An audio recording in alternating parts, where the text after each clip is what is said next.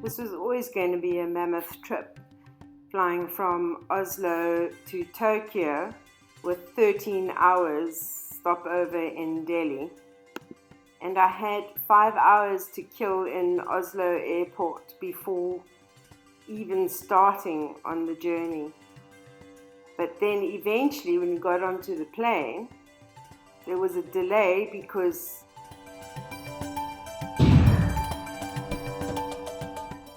they had to do some technical repairs first, and a mechanic had to sign it off.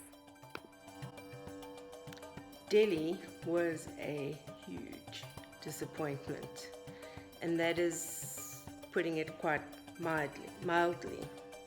I'm not too sure what it was I was expecting, but it definitely wasn't what happened. So here's why I found Delhi to be very disappointing. So to start off with, the flight from Oslo to Copenhagen, which was the first part of this enormously long journey, was delayed. And so it meant that when I got to Copenhagen, then it was a huge rush, and I literally had to run from the one part of the airport to the other part to get to the gate. And by the time I got there, the flight had basically closed, and so they said, okay, right, we'll let you on, but it was like really rushed, and I was the last person to board the flight. What I didn't realize was that if you wanted to leave the airport when you arrived in Delhi, then you had to get a different kind of a boarding pass. And so my boarding pass had like a big T on it, which meant that it was just transfer. So I was going to be in Delhi for 13 hours waiting for my next flight to Narita Airport in Tokyo. And because I didn't have the boarding pass which let me leave the airport, that meant that my plan to spend 13 hours exploring Delhi turned into spending 13 hours at Delhi airport.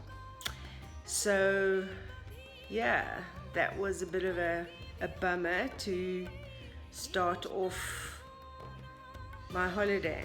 First, the race to catch the flight and arriving, just in time, and then they just basically threw a boarding pass at me, but they didn't even ask about the visa. And the visa is another story, because you can apply for the Indian visa online. So what I never realized was that there's a lot of scam companies out there who pretend to be the Indian government site, and their website actually ends in like india.gov.in.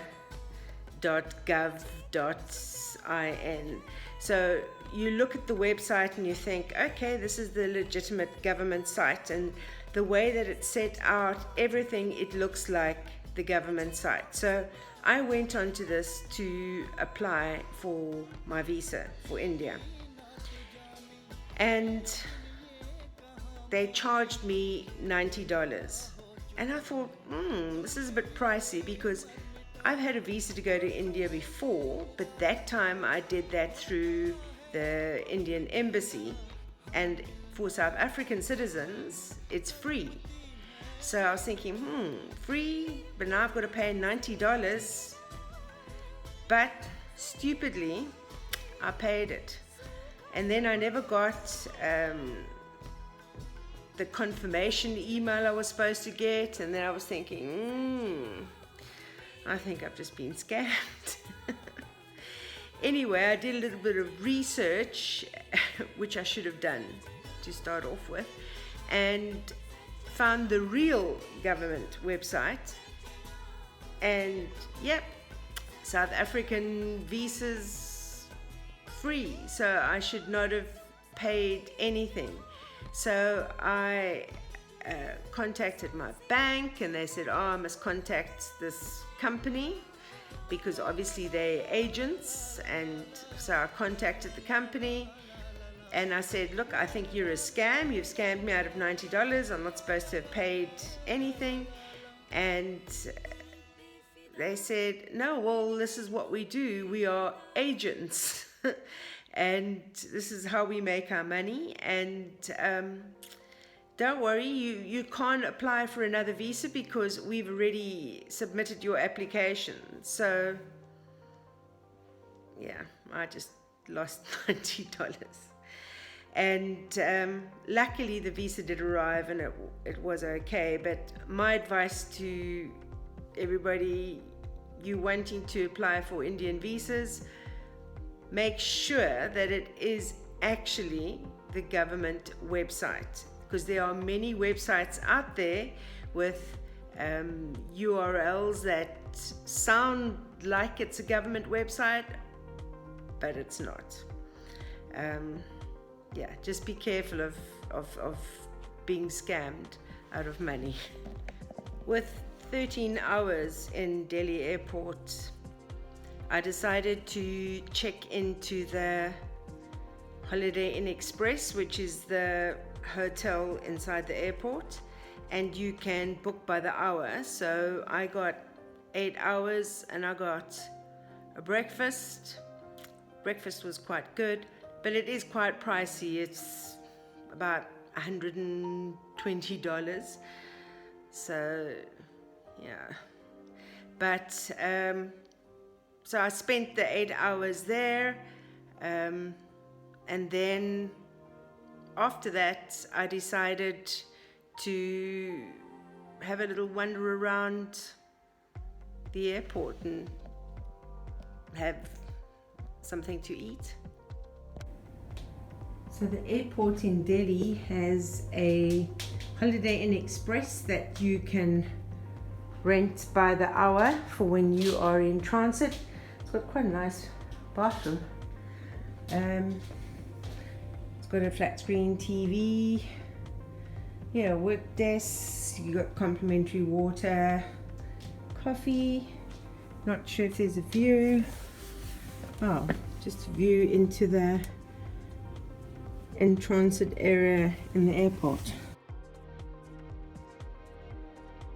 And with another 3 hours to spare, because 13 hours seems to drag on and on forever, I discovered in my wandering around the airport that they had these like little pods that you could book into as well and pay per hour. So I booked one of those for 3 hours to have another 3-hour nap, as I was going to be flying through the night to Tokyo. Delhi airport also has this sleeping pod room, which costs $42 for 3 hours. And no, I did not spend 1 week in Delhi airport. This is on my return trip back after having spent a week in Japan. And I had another 13 hours in Delhi. This time it was an overnight trip, and I made sure that I had the right boarding pass to leave the airport. In the airport, I went to the desk where you could book prepaid taxi, and I actually booked at that desk for a 4-hour trip around Delhi, because I thought this was going to be the only way I was going to see Delhi. And then the taxi driver would drop me off at the hotel afterwards. The traffic in Delhi is hectic, absolutely hectic. I would not like to drive there. But he was quite chatty, this taxi driver, but then he started asking more and more personal questions, and I started feeling a little bit uncomfortable. So he was asking for my phone number, he was wanting to send me WhatsApp messages, and he just made me feel very uncomfortable. So after 3 hours, I told him I was exhausted and wanted to go back to my hotel. And then when I arrived at the hotel, he wanted me to pay him almost the same price that I paid for this 4-hour tour. He wanted me to pay it to him as a tip, and I had to hear all about how he wants to own his own car and they don't earn a lot of money there, and he needs to get big tips. And he kept asking the whole time, am I a good driver? Are you enjoying the trip? And eventually it actually got on my nerves, and that was another reason why I wanted to cut his tour short. He also made like a little detour to some shopping complex, and he wanted me to go shopping, and I said I don't want to go shopping. And I realized afterwards that this is all part of I suppose how they make their money.